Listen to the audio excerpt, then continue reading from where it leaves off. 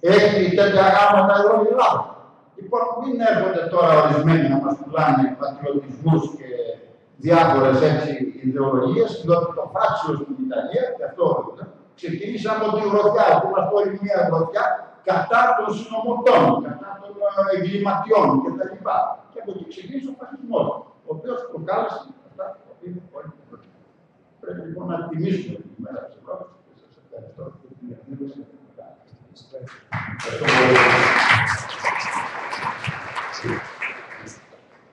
Επειδή αντιλαμβάνομαι ότι υπάρχει μια αδειμονία να γνωρίσετε το χώρο του οποίο θα παρουσιάσουμε σήμερα.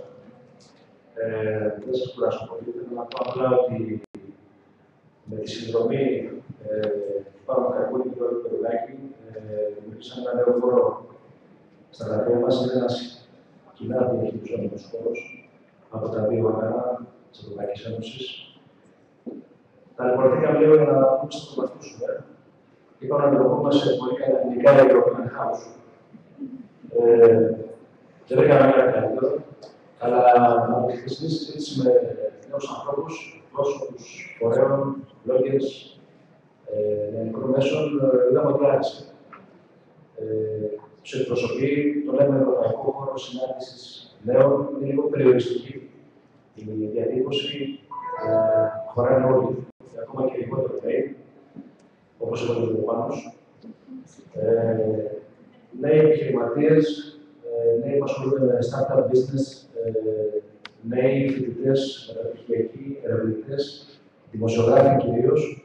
Ένας χώρος υποδοχής, ένας χώρος συμμετοχής και ανταλλαγής απόψεων, αλλά και δράσεων με στόχο ένα κύριο στόχο, την πρόθεση της δημιουργίας ευρωπαϊκής δημόσιας σφαίρας. Πλατφόρμας διαλόγου. Θα ήθελα να παρακαλέσω την κυρία Κράτσα να πω καταρχάς ότι δεν είναι έτοιμο 100% ποια είναι. Θα αναπτύξουμε, θα ενισχύσουμε το Wi-Fi και έχουμε τα προβλήματα στο εισόδημα του πόντου. Θα το δείτε. Είναι ευχάριστος χώρος, έχει 8 σταθερές θέσεις εργασίας για τους χωριστές. Πρόσβαση βεβαίως στο διαδίκτυο και μέσω Wi-Fi ενισχυμένο προσεχώς. Βάσει στις υπηρεσίες που συνδέονται με το κέντρο τεκμηρίωσης που λειτουργεί στο ισόβιό μας. Υπόθηκαν πολλές χρήσιμες απόψεις χθες από τους εκπροσώπους των νέων που μας έκαναν τη δουλειά να ανταλλάξουν μαζί μας ιδέες για την βέλτιστη χρήση αυτού του χώρου και μπορούμε συνολικά να τους ακούσουμε πριν κατέβουμε να το συζητήσουμε. Αν έχετε ακόμα 5-10 λεπτά. Είναι ένας χώρος ο οποίος είναι σημαντικός, ένας χώρος που ανοίξει εσάς. Πιο πολύ από ό,τι ανοίξει εμάς.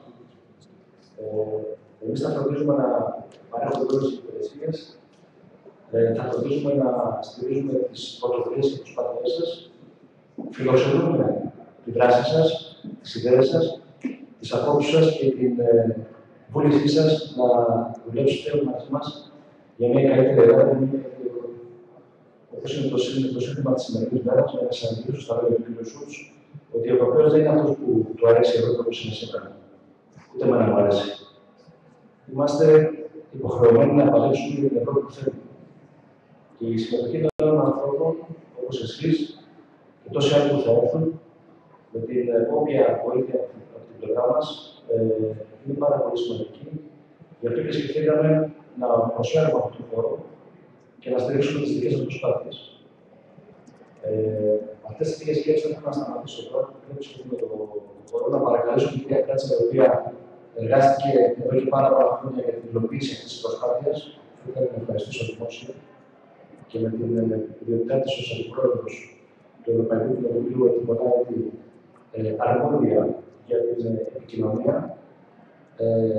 Σταθερά στηρίξει τις προσπάθειες όχι μόνο του γραφείου στην Ελλάδα, αλλά όλων των γραφείων εξωτερικού αγώνα, να το αποκαλέσω δηλαδή ενημέρωσης, για την προώθηση της πληροφόρησης και της επιτροπής. Έτσι κι αλλιώς δουλεύουμε χέρι-χέρι. Το βάλω και στους συνεργάτες του, σε όλα τα επίπεδα. Θα ήθελα λοιπόν να σας παρακολουθήσουμε να γεννιάσουμε το χώρο σε 10 λεπτά, αλλά πριν από αυτό να δώσουμε χαρακτηριστικά του λόγου στους εκπροσώπους των φορέων των οργανώσεων που μας κάνουν την τιμή να είναι μαζί μας σήμερα και να πούν διολύνουν τις απόψεις για τη χρήση του χώρου. Κοιτάζω προς τα δεξιά και προς τα αριστερά. Υπάρχει μικρόφωνο, δηλαδή μην διστάσετε.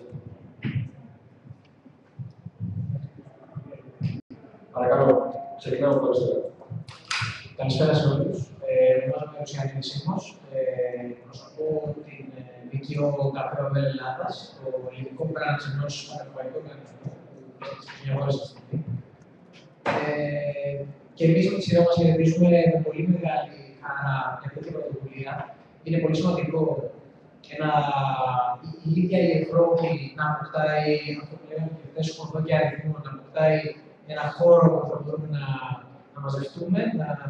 Δεν θα είμαστε πλέον φυσιογνωμίες γνωστές, θα είμαστε συγκεκριμένα πρόσωπα, θα κερδίσουμε τη φυσική επαφή που έχει προσφέρει ο χώρος.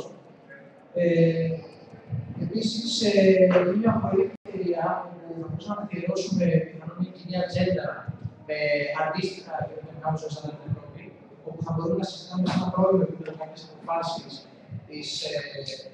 μάλλον κάποια πρόσωπη θέτηση ιδέες με άλλη γεωργία κάπως και να γίνεται ένα debate πάνω σε αυτό.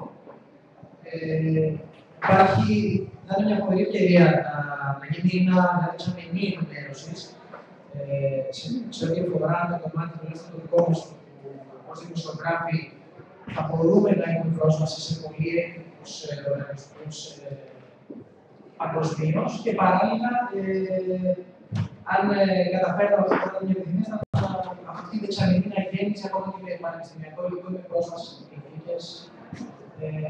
Κατά τη δεν θέλω να κουράσω, θέλω να έχω καλή υγεία και καλή ευτυχία. Ευχαριστώ πολύ.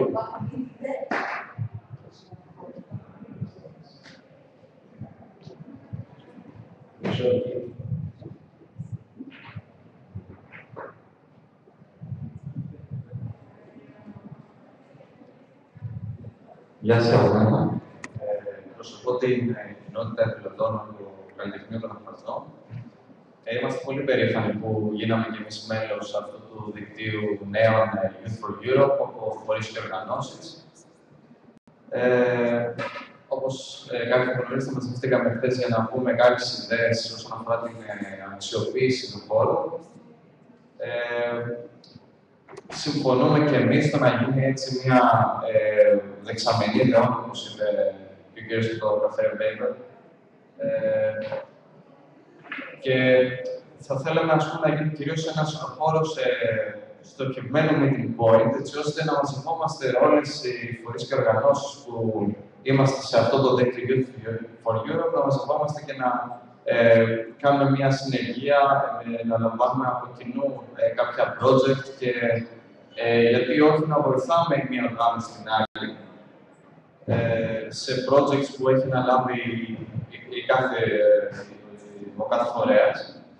Επίσης, μία άλλη ιδέα που είχε προταθεί, η οποία αναφέρθηκε και χθες, είναι αυτή του ζωντανού τοίχου, δηλαδή μία εικονική διαδραστική επέκταση αυτού του χώρου με έναν κατάλληλο εξοπλισμό, έτσι ώστε ένα event που μπορεί να γίνει σε κάποιον άλλον χώρο, από κάποιον άλλον φορέα, που θα είναι κάπου αλλού, επί πραγμάτων, να μπορεί να συνδέεται με τον χώρο κάτω και όσοι θα βρίσκονται στον χώρο κάτω να μπορούν να συμμετέχουν και να αλληλεπιδρούν με το οποιοδήποτε event που γίνεται κάπου αλλού. Και ως εκ τούτου να γίνει και πλέον ένας χώρος εργασίας και έρευνας με φοιτητές πανεπιστημίων και να υπάρχει έτσι μια πιο άμεση διασύνδεση του χώρου αυτού με τα πανεπιστήμια της Ελλάδας και η διεύθυνση του εξωτερικού.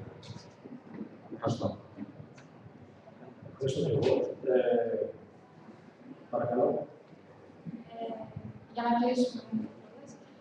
Εγώ είμαι Ζωής Απολύμου από τους νέους Ευρωπαίους Συνταγιστές.